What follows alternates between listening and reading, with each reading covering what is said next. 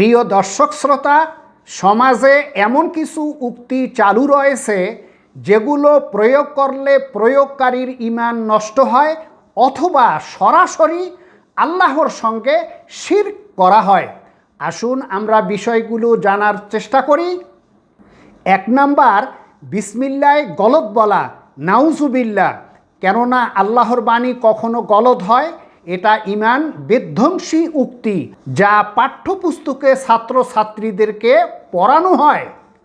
2 number, জনগণ সকল ক্ষমতার উৎস বলে বিশ্বাস করা, নাউজুবিল্লাহ। কেননা এটা সরাসরি শিরকি উক্তি। মূলত সকল ক্ষমতার মালিক একমাত্র আল্লাহ তাআলা। 3 নাম্বার, নামাজ না পড়লেও ঈমান ঠিক আছে বলা। এটা চরম মিথ্যা উক্তি, কেননা যে ব্যক্তি নামাজ পড়ে না তার ঈমানই থাকে না।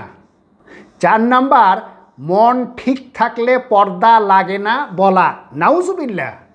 কেননা এটা কুফরি উক্তি। এ উক্তি দ্বারা পর্দার ফরজ বিধানকে অস্বীকার করা হয়।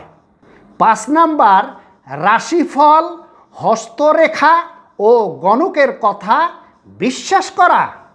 কেননা হাদিসে এই বিষয়সমূহকে কুফরি হিসাবে আখ্যায়িত করা হয়েছে। তদ্রূপ লটারি দ্বারা ভাগ্য নির্ধারণ হয় বলে বিশ্বাস করা, নাউজুবিল্লাহ। 6 নাম্বার, মাজারে কোনো কিছু প্রার্থনা করা অথবা মাজারে কোনো কিছু মান্যত করলে বিপদ আপদ দূর হয় বলে বিশ্বাস করা, নাউজুবিল্লাহ। কেননা এগুলো টাটকা শিরক। 7 নাম্বার, হাসপাতাল ও ঔষধকে জীবন রক্ষাকারী বলে বিশ্বাস করা, নাউজুবিল্লাহ। বরং হাসপাতাল ও ঔষধের মাধ্যমে আল্লাহ তাআলা মানুষকে সুস্থতা দান করেন। 8 নাম্বার, কবুতরকে শান্তির প্রতীক হিসাবে বিশ্বাস করা, নাউজুবিল্লাহ। বরং প্রকৃতপক্ষে শান্তি আল্লাহর পক্ষ থেকে আসে। 9 নাম্বার, কোনো অসুস্থ ব্যক্তিকে মৃত্যুর সাথে পাঞ্জা লড়ছে বলা, নাউজুবিল্লাহ। কেননা মৃত্যুর সাথে পাঞ্জা লড়ার কারো সাধ্য নেই। 10 নাম্বার, কোনো বিষয়ে মন্তব্য করতে গিয়ে মধ্যযুগীয় বর্বরতা বলা। কেননা মধ্যযুগ ছিল ইসলামের সোনালী যুগ, বরং বর্তমান যুগেই হচ্ছে বর্বরতার যুগ।